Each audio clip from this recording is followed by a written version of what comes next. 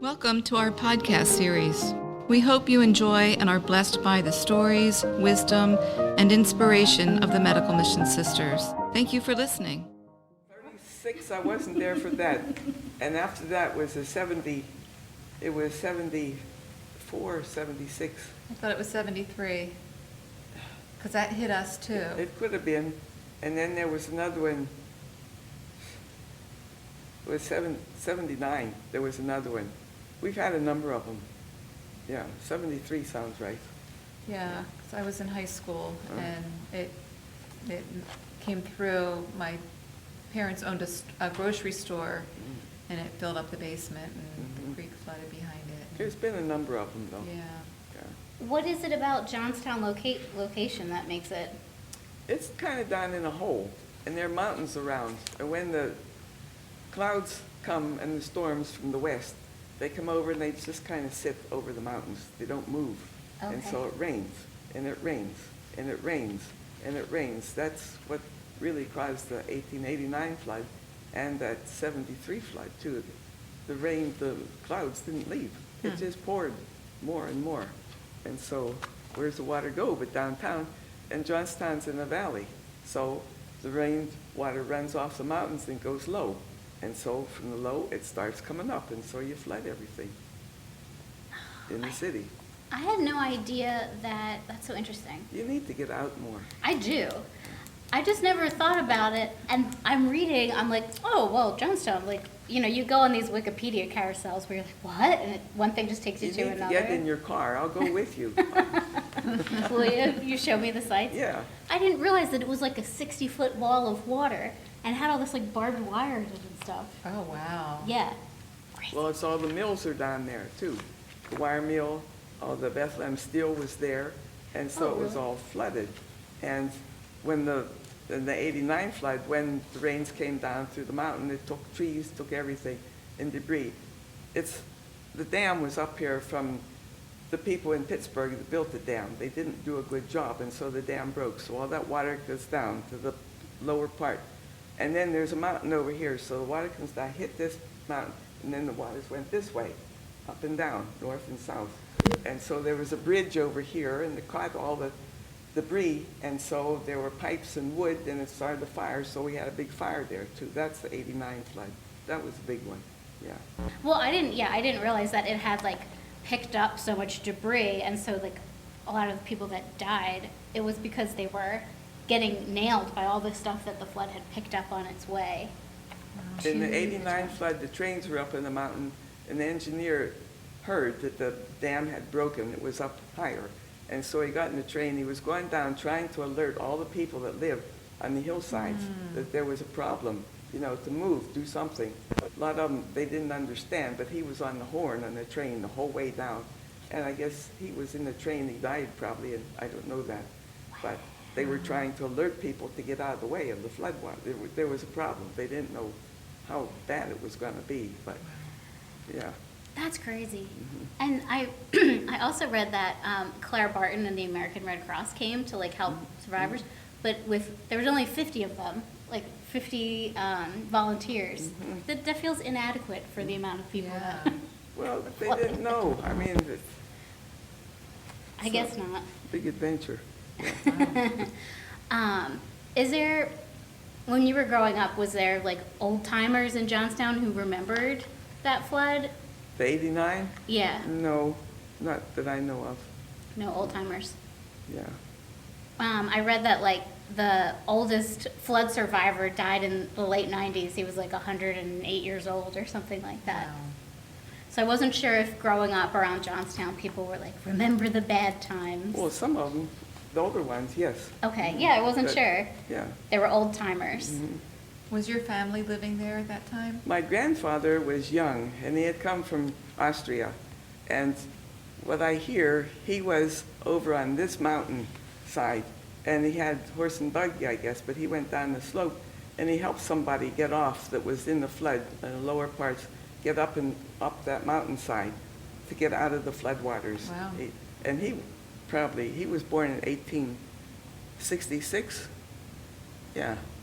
And so he had just been in the States a short time because that flood was 89, he wasn't in the country very long. No. And so he was there to Kind help of a hero. somebody. Yeah, Welcome to America. yeah. Thank you. Well, I promise I just won't ask you a million questions about Okay. the Johnstown flood, Kenny. Okay, good. But no, thank you so much for agreeing to be here with us. I was really looking forward to speaking with you today because I think of you as one of the more badass sisters in MMS, if we're allowed to say that. Sure. I just think you've had a super interesting career, and it's not that like typical MMS, life. So, I mean, you've been a photographer, a printmaker, an artist, you've been a physical therapist, and then there's this aspect to your personality where you're just like willing to get in there and get your hands dirty. I've heard lots of really interesting stories about you from life here on campus. So anyway, I'm just excited to talk to you about it. We wanted to bring you like a beer, a cocktail, so we could all hang out and relax, but no one would tell me what you drink. Water? Water? What is your alcohol of choice, Kenny? Oh, it's all good. Don't tell me that was... Nobody would tell me if you were a beer drinker or you liked, I don't know, whiskey. I like, sometimes if you have a mixed drink, but you can't drink all that. I drink that much. Okay. A beer here and there. Sweet wine. I don't like all this dry stuff Okay. that people love to drink. I'm not there. I like sweet wine. Like a Riesling. Yeah, something sweet. Yeah. Do you want a glass of water, by the way? Oh, that'd be fine. Okay. Okay. I'll be right back. Sure. Are you recording this? Okay. Yeah, I was asking around, people who hang out with you, like, what does Kenny drink? And they're like, we don't know. We've never seen her drink. Well, we have, for dinner at nighttime, we might split something, and I'm not a real big drinker. You can drink stuff, and I don't, margaritas, whatever, if you're for dinner, but I don't just decide to have a drink here and there, no. Okay, well, next time we'll know if there's another conversation what to bring. No, it's good. Who were you the closest with on campus? I think I've probably asked you that before.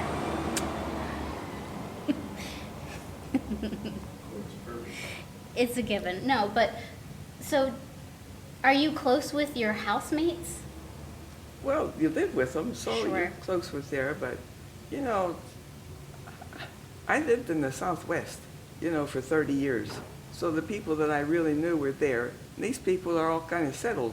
So when you come, you move in and you live with whoever you live with. And you're close to people, but I don't hang around with just certain individuals all the time. Okay, thank you.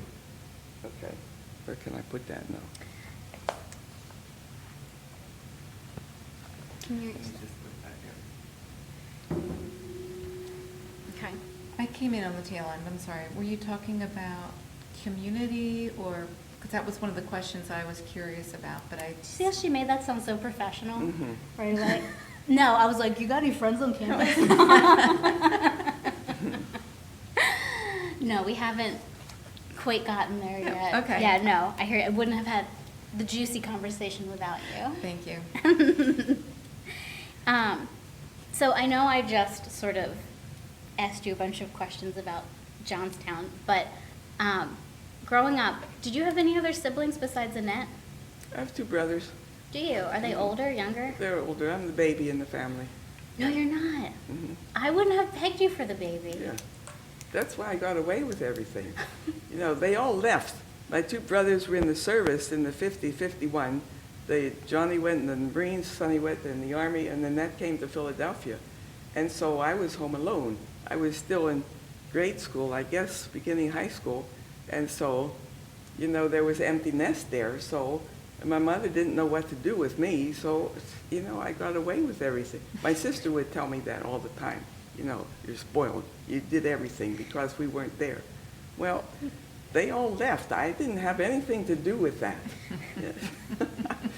That is sort of the, the older sibling being like, I got in Right. trouble for all of these things that you're getting away with. Well, there was nobody there. I started driving probably when I was 11 because my sister wanted to learn how to drive before she came to Medical Mission Sisters. And I was always in the back seat watching everything. And then one day, we have a wholesale meatpacking plant, so we have trucks and we have cars. And we had a station wagon, this truck partly. But one day I was down there, we go down, we had cattle. And we go down and feed the cattle on weekends with my dad, And he worked there, but I didn't when I was young. But one Sunday morning, I guess, I got in the truck, ours, and I drove to the end of the lot, and I couldn't get it in reverse. And my dad came out, and he saw me. I couldn't get it in reverse, so he's hollering across the field to me what to do. He didn't holler at me for getting in the truck and driving it. He was hollering what to do. He never told me, don't do that. Wow. And so my dad and I both got in trouble because he allowed me to drive home. I didn't have a license, but we'd drive home, on Sunday mornings. We'd go down and feed the cattle after Mass and then drive home before dinner. And he thought I should know how to drive because the boys were gone, my sister was gone. We had 2 cars at that time. If anything happened, he said, you should know what to do. So, okay. Anyway, my mother was a nurse. She had friends up the boulevard who were nurses. So one Sunday morning, one of her friends saw us coming home. So here, I'm at the steering wheel. So she's talking to this friend, and the friend says to my mother, so your daughter started driving. She has her driver's license. My mother says, no. She said, and so after that, my dad and I were both in trouble. We were both grounded. But you were 11? Yeah, I started at 11. Oh, my. How did you reach the pedals? I've always been the same size, My brother, since 7th grade, my brothers and I were all the same size. I was You were tall. tall, yeah. Oh my goodness. Mhm. So now did that start sort of a love affair with cars? Because I heard a rumor recently from one of our associates who was also at one point a medical mission sister that you taught an auto mechanics course No, here? that's not so. Okay. I took an auto mechanics course here over at one of the high schools. Where? Over here, not far away. Anyway, that was on the weekend or nighttime. It was a night course. But I was in charge of all the cars here in the property at one time. And we had the farm equipment, the trucks, and all the cars. So I was in charge of them. And I used to have little meetings with all the sisters because they didn't do their share taking care of them. And the gas tanks would be empty and they needed servicing, but they wouldn't tell me. And have a little accident here and there, and you'd find out about it, or the car door didn't close because somebody backed up and the car got jammed in the curb or something. Things happen. So I used to have little conversations, meetings with all the community about the cars and what should be done. Sister Ann Cummins, who was a lawyer here and in the community at one time, she would come and she was hysterical all the time at all the meetings. She just laughed at me. I guess it was funny. I don't know. Were you holding the meetings because you were frustrated with the sisters? Well, I'd said they needed to be doing more Yeah. than, letting me know what was wrong with the Yeah. cars so Yeah. that they were serviced properly and taken care of and cleaned, Yeah. and not having me, just similar to what goes on today. Yeah. But you have to take care of these things. So the story that we had heard was from Betsy, and she said that you pulled her aside and said, if you're going to be in missions over in India or wherever, you need to know how to fix your tractor if it breaks down. I probably told her that, yes. But I knew things about the cars then. Yeah. Yeah. Yeah. How did you get that job? Did they say, Kenny, you'll be in charge of the cars now, or did you volunteer? No, you were assigned. Those days you were told what to do. You're going to go to school here. You're going to go to medical school there, and you were assigned things. And I was here. There weren't a lot of sisters. Everybody went to the missions. There were a few of us that didn't go to the missions. We had office jobs here. So Is that how you came to work the printing press? They told you, they assigned you that task? Well, actually, when we were first professed, that was 1961, the people that were in my group were sent to the missions, or they went to school, and I was here, and I was assigned to the laundry. That was my job. And I thought, okay. So I was there for a couple weeks. I said, I got to get out of this laundry. I wanted to go to school, but I wasn't assigned to school. I was assigned to Philadelphia, which was fine. But anyway, one day, Sister Ellen Castellini was going over to the office. We had offices on the 8403 side of the road. We owned that property where housing development is today. It had an L-shaped building that once was the old novitiate, and we lived in that old Urey house over there too. But that building was converted into offices. And Ellen said, "You want to come with me? I'm going over just to see somebody." I said, "Sure." So I went over. And when we got to the L-shaped building, there was 3 or 4 steps that go up into what was the print shop. And so we went through the building and up to the office. But in the print shop, there was a 1250 multilith offset printing press, and there was also fonts for a press that you had small characters that you had to set up the printing with for anything that you did. And I think Sister Winifred was doing that at that time. But we did a lot of printing, a lot. And Sister Delelis, who had the post office, was also doing some of the printing, but she couldn't do a lot of it. And so we went through there, and there was a big old guillotine to cut papers, too. It was a big thing, big machine. And when I went through there and saw all this machinery, I just said casually to Sister Ellen, "Boy, I'd love to come over here and work in here." I didn't know at the time that they were looking for somebody to go into the print shop. And so we go through the office. The next door was the post office, and then the plate department, which was like the PR. They had plates that they had all the addresses for mailings for, publicity purposes. And then on up was the writer's office and Sister Kevin's office. And then on the other part of the L-shaped building, sisters were up there writing, we had the medical missionary that we printed at that time too. And then Margaret McKenna was the artist, and that was at the end of the building. So all this was going on. It was a whole other activity over there. I thought, man, this is nice over here. So 2 weeks later, I was assigned to the print shop. Wow. Yay! Nice. But that's how that happened. And did they send you to school for it? I saw that you went to a multilithing program. I did. And Sister Delelis, she knew how to run the press, but she wasn't real expert doing it, and she did the post office, and that was a full-time job. So Sister Kevin, who was in charge of the office at that time, made arrangements for me. She looked into it and found there's a multilithing offset press school downtown Philadelphia, and it was nighttime. So she made arrangements for me to go, and she went with me. Oh. And so that was interesting, because when we got there, Sister Kevin, who was from Connecticut, I think, she took over the class. I mean, she talked about everything, and she talked to everybody. And I thought, I'm supposed to be learning how to run this press here. And she was center stage for the whole class. And no. it was fun. But anyway, I got to know the instructor pretty well. And he worked for a big company, print company, downtown Philadelphia.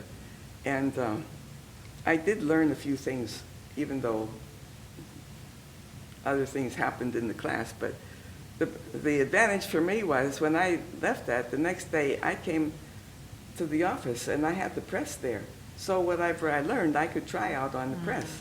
And there weren't a lot of people in the class, because they only had maybe 4 or 5 presses. But other people, they didn't have a press to go home to and run the next day, but I did. And so I had Delelis who knew something, so if I got in trouble, I'd ask her about it. But I had the thing to work with. And I never had problems mechanical-wise, doing things. So I learned that, and it worked, and yeah. So are you just sort of drawn to machinery, like you're saying, cars and the tractors, and now you saw the machinery of the print shop, and you're like, yeah, I got this? Well, things like that, they grow on me, I guess. I do things, you know. Did I read that before you entered the society, you had taken a carpentry program too? I did. Tell me about that. Was that after high school or during high school? No, it was probably after high school. My brother was home from the service, and I applied to the medical mission sisters, but I couldn't enter right away because my sister was here.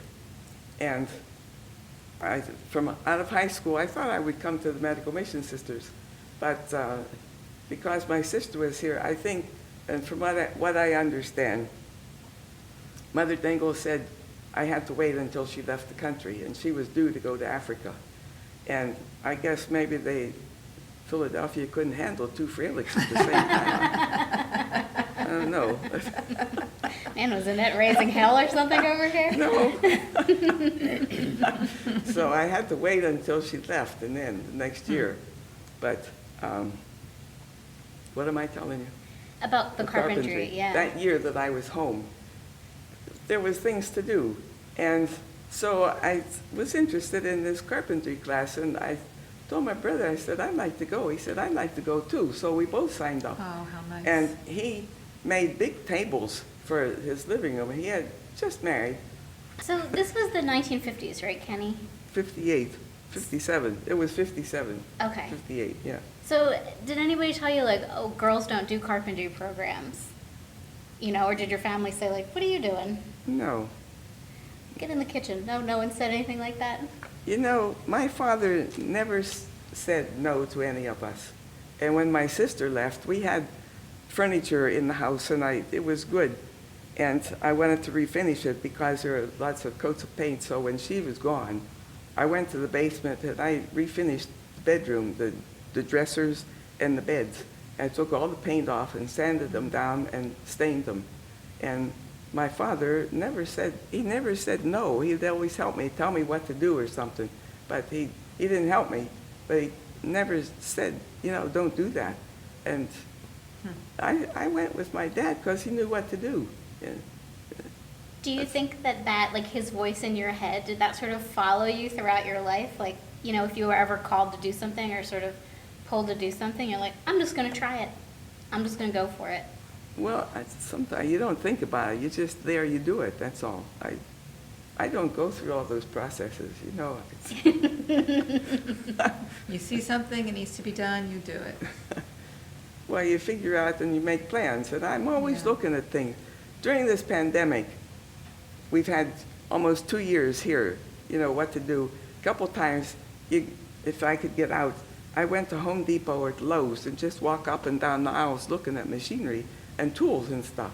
I didn't buy anything, but I feel at home there, you Yeah. know. That's crazy. So I heard, you know, we're always trying to hire a groundskeeper, and I heard that you were like, wait, just give me a chainsaw and I'll take care of all this for you. Well, nice. If you help me to get the chainsaw, there's some woods out there. I could be doing stuff, yes. How much trouble would we get into if we brought you a chainsaw? Well, I don't know. You don't have to have the biggest chainsaw in the world, you know? I They could come get in you different one. sizes. I could get you one. Yeah, I'd use it. Hook a sister up, literally. Yeah, really. Oh, Yeah. man. One of the things that Jen and I noted when we were just talking a little bit about today's interview is how drawn you are to working with your hands. And, I mean, you just talked about that, and even your physical therapy training and work is hands. It's so similar in terms of how do things work and where do things need to go. And Well, for me, some of those things are just natural. I don't think about them. yeah. And I always wanted to go to physical therapy school from high school, and I never got there. Huh. I couldn't come to the Medical Mission Sisters right after high school, and I was going to start the college, but my mother got sick, so I couldn't go to school. And the dean gave me a month to get back in school, and I couldn't get there, so that was out. And then the following year, I entered medical missions. But I always wanted to be a therapist, and that didn't happen. So you go do other things. And then in 70, something like that. After working here, it was Dorothy Ann Klein, who was in the administration upstairs here. She said, you need to go back to school. So I started Temple. And I went 3 years to Temple. And during that time, during that time, I tried to get into PT school, but there were 300 applications for about 30 places. And of course, I'm not going to get there. I was out of school for how many years, too? I had all this stuff to catch up on. And so I figured, okay. So I saw the School for Occupational Therapy. So I applied for the School of Occupational Therapy. And the dean came and said, you can't apply to both schools at the same time. So, okay. So I was downtown one day, and across from Hahnemann Hospital, there was a school of Antonelli School of Professional Photography. And I went in there, and I saw, man, look at all these cameras, all this stuff. All this machinery. And so I thought, you know, the medical mission sisters could use a good photographer to go around and update the files and do things. So I came here, and I talked to a few people in the office. Do you need a photographer? And I wrote up a proposal to go to school to study photography, and it got passed. So I ended up, in a couple months, I was in the School of Photography, Antonelli School, for 2 years. And there was just a month off during both of those years. It was kind of straight through. And all those courses were good in color photography and portraits and tabletop setting up and architecture and all kind of things. And you just learned it. And Wow. it was a great course to do. Then after that, well, in between there, that's when Monica McGinley and I were assigned to go around the world in 90 days to update the files here. And that was interesting. Yeah. When you say interesting, tell us more. Well, Monica and I, both of us, were never out of the States and hardly on the airplane, you know, and so we're sent on. The people that set up our trip couldn't even find airports to get into the nearest places where we had missions, you know, in Africa and India and God knows where. And so that was even the planning of it was good. Then we got packed up. I had 3 cameras and 2 1/4 and 35 millimeter, and I could have done with just one of them, but we didn't know what we were going to be up against either. And so we started off, we changed money, we changed food, we changed time, we changed climates. We had all these different countries that we went to. It was, and this, I'll tell you, this booklet here is Monica McGinley's diary that she kept. And she gave this to me for my 60th anniversary. She wrote the notes up after all these years. Wow. She just wrote, it was her little journal of our trip. And I've read through this, and I've forgotten some of the people's names because you don't remember all that, and even some of the things that we did. But what she didn't put in here, I remember other stories that could go in here to accompany that. But it was a good trip, really. We had a good time. And it was in honor of the 50th anniversary of the society? Yes. We went to Rome first Okay. in '74 to get pictures for the 75th anniversary. Oh, 70, Yeah. okay. Well, it wasn't the 70th, it was 50th, but it was 1975. Okay. Yeah. Yeah. There had been talk about the dream of doing that again for the centenary, but I know that there's concerns about, it seems like it would be much more difficult in terms of visas and the pandemic and cost, that the time that you took that trip was the time to do it, because I don't know that it's really feasible now, 50 years later. You want to try, Kenny? We No, can I send you couldn't back do it. out. I can't do it now. No. Really? I feel like I don't believe you, just looking at Well, her. it's just, first of all, I don't do photography now because my eyesight isn't as sharp as it was then. I had good vision. And that room right across the hallway where you do all the shredding was a dark room. I had a dark room in there. I had 2 printers, and I had a sink. I developed film. I printed. I did all that. And there's another room that's whatever you call that room. That was like my little studio. I had set up to take portraits of people, which I did. I took pictures of all these sisters in the community were available. And I had a nice boom light. I wish I still had that because that was great. You know, we did a lot, but Do you consider yourself a portraitist? As you're like, you know, I No. can't say that. okay. I had read somewhere like Kenny, the portraitist.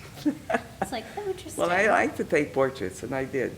And even now, when people are taking portraits, I see what they do. I say, don't do that. You do it this way.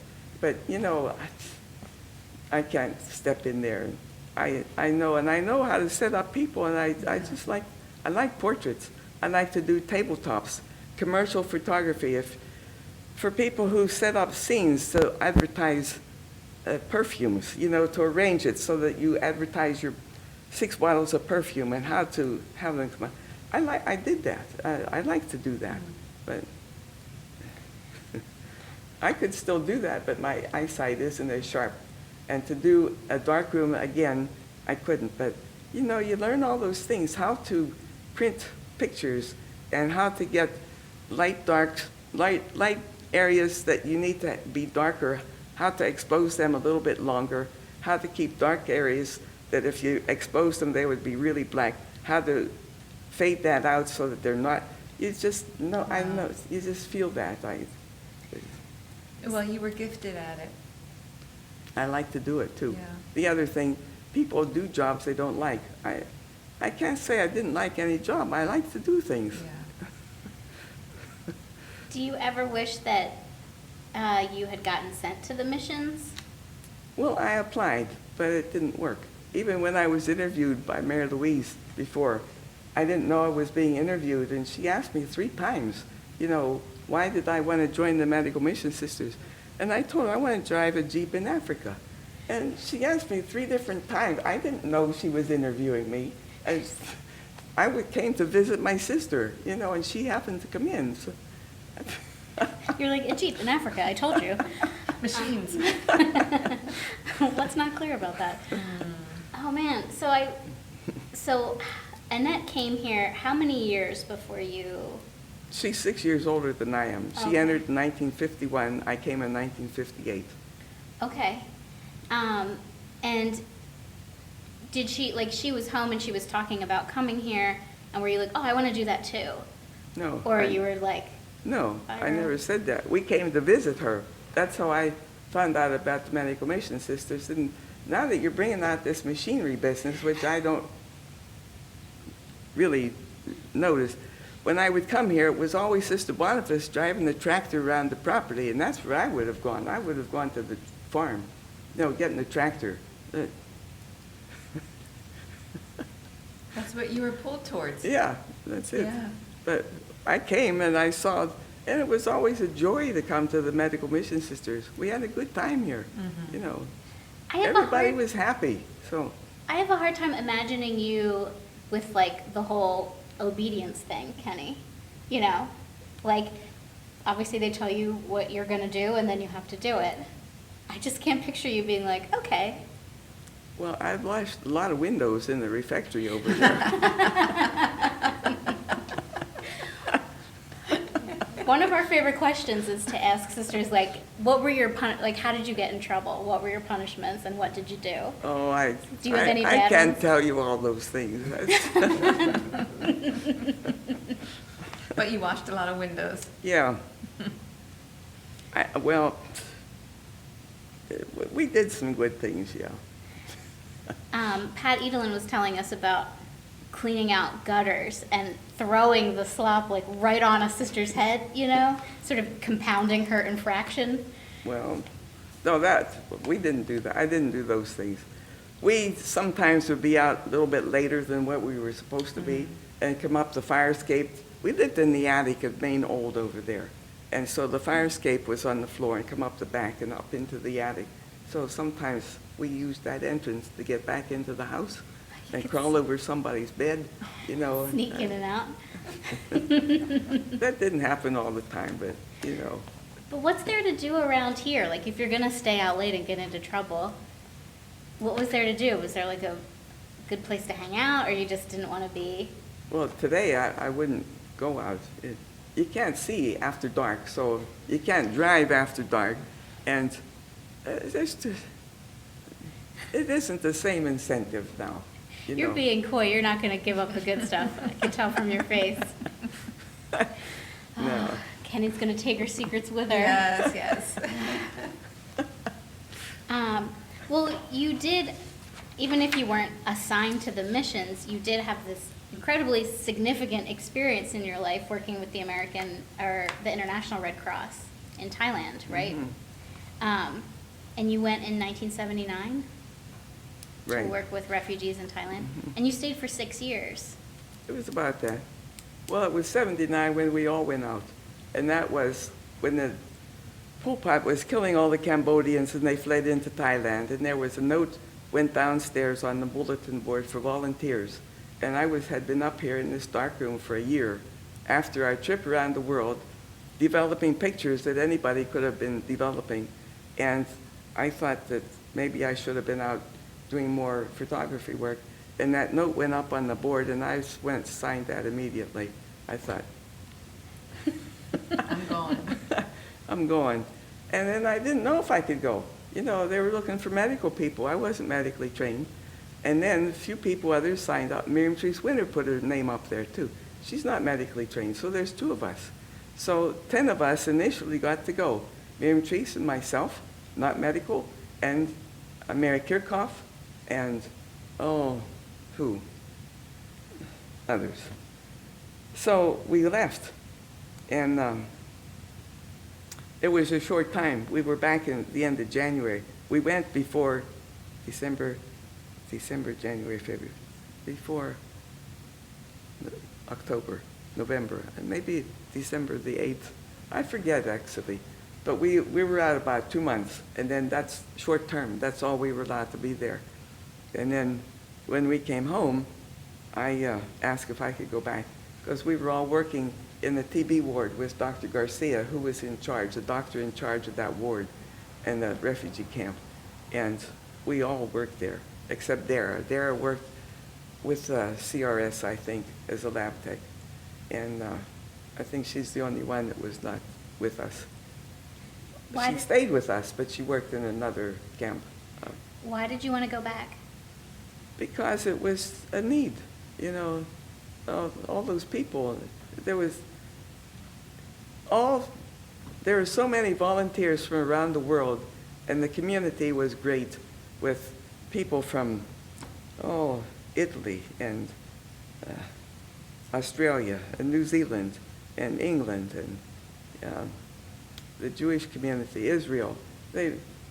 People short-term coming out to volunteer their time to take people, they needed help. You know, landmines, people losing their legs and their arms and because of landmines. There was just a great need, and there was a chance to stay and do that, and it was good. And they were able to use you even though you didn't have the medical training. There was a lot to do. Supplies, going to town for supplies, you know, driving people. Doctor needed a driver, so Thai people were drivers too, and nurses. There were things to do. So I got to go. You were like, Doctor, I've been driving since I was 11. I got this. Yeah. So what made you eventually come back? Well, it was time to come home. Yeah. And I read that when you came home, you transferred to the Western District. Mm-hmm. Who could blame you? Well, my sister was out there, and she said, why don't you move out here with me? And so I asked, and they said, okay. So I moved to New Mexico. And then we eventually got a bigger house. And then during that year, Sister Agnes Paniculum and Mara Robinson were here, and they were looking for a new assignment too. And I said to them, why don't you come out and look over the Southwest?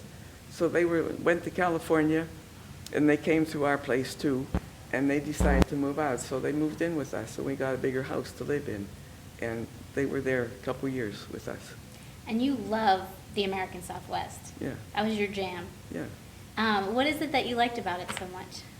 It's the wide open spaces. Very different No, than it's- Johnstown. Oh, yeah. Well, it's beautiful country. There's things to do. And then I went back to school. So, yeah. And there was no problem with you being with your sister at this point, even though years before they wouldn't have wanted you together? No. No, she had finished her tour in Africa, and she was working where? In Virginia for a while, too. And then she moved out that way. And Sister Benedict Young had an office in Las Cruces also at one point, and they were about the same time, I think. And yeah, we had sisters because we had sisters in Tucson and Arizona and California, and we had others living in the Southwest, well, in the West, too. We had not the same setup as we have today, but we didn't have circles. We had the Western District was out there, so people belonged to the Western District. We had people in Mexico living that belonged to the Western District. And when we met, we went to California for meetings, you know. I can tell even from the records that it was much more laid back in the Western District. Everybody's, yeah, a lot more chill. I was like, this is the one I would want to be a member of. But so when you were in New Mexico, you had a chance to become a physical therapist, right? Well, I didn't know it. I wanted to see if I could go back to school. And so I moved to El Paso eventually to start community college. Then they started the School of Physical Therapy Assistant Program at Community College. And I applied, and they hadn't started it yet.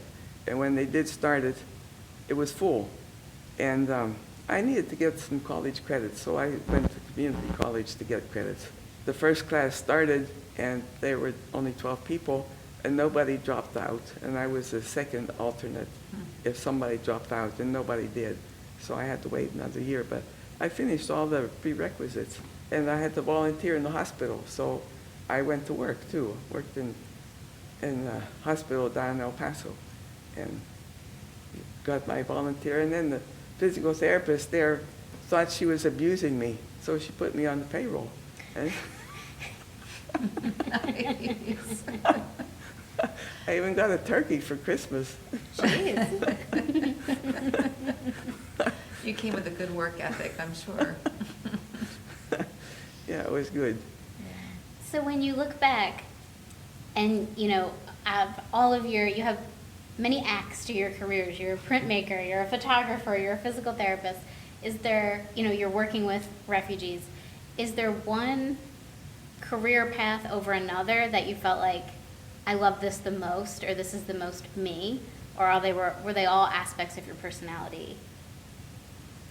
All of them work. You know, when you're in the situation, you make it work.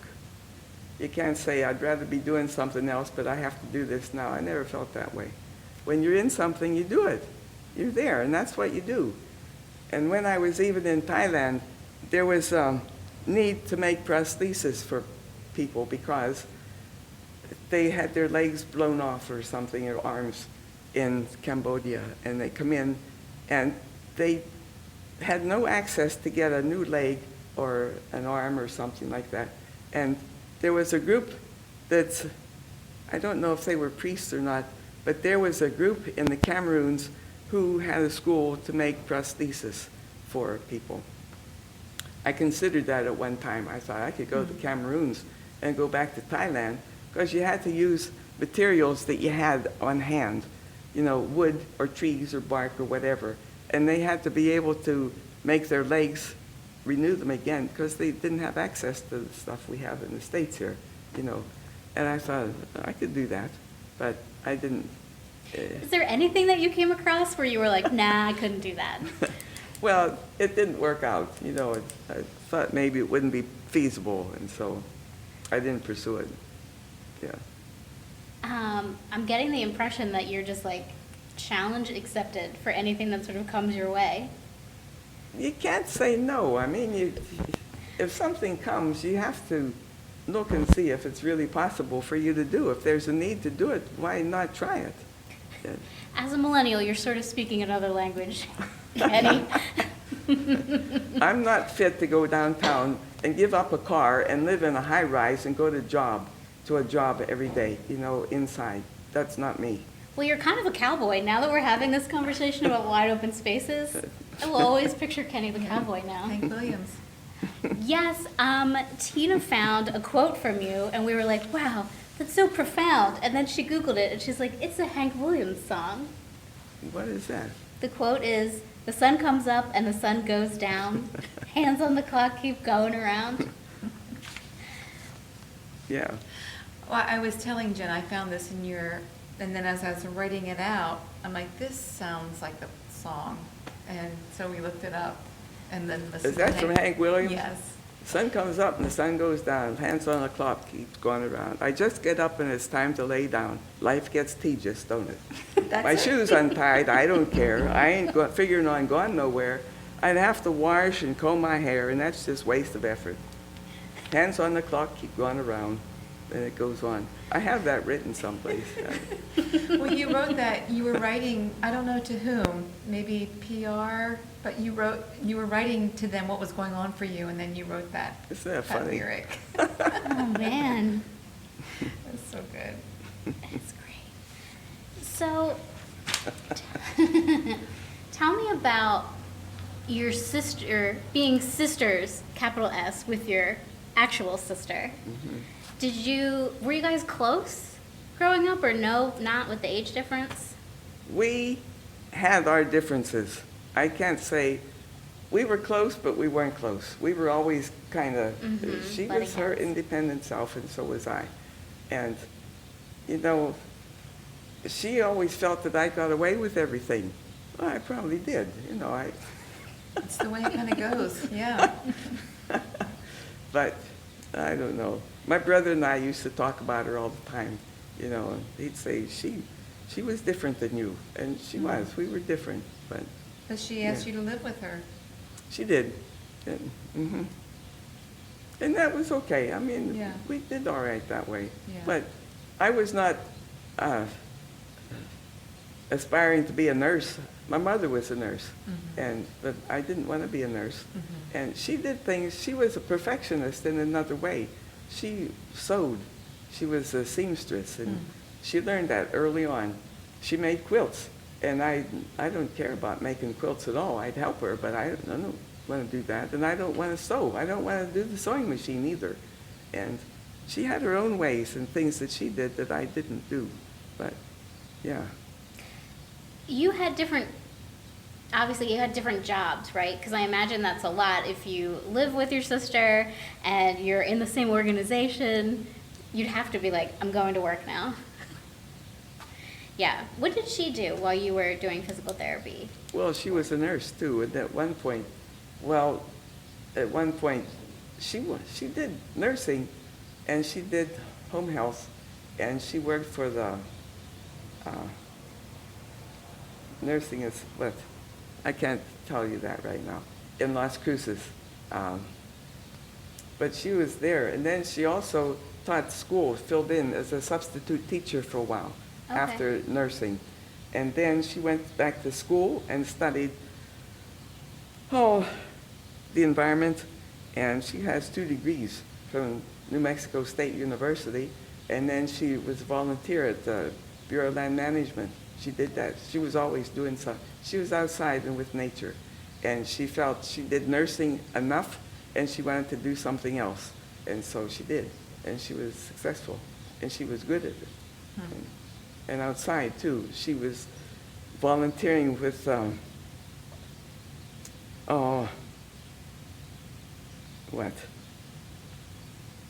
not the nature, but, can't think of it.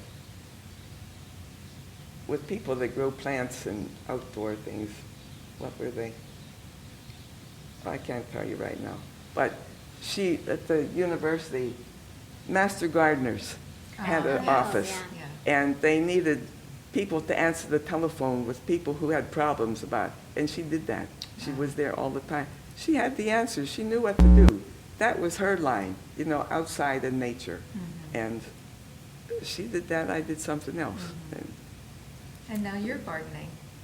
Well, And I'm talking to her all the time. She's probably telling me, "You're not doing that right." I hear that. You know, "Don't do it that way. I told you don't do that." You know, I can hear it.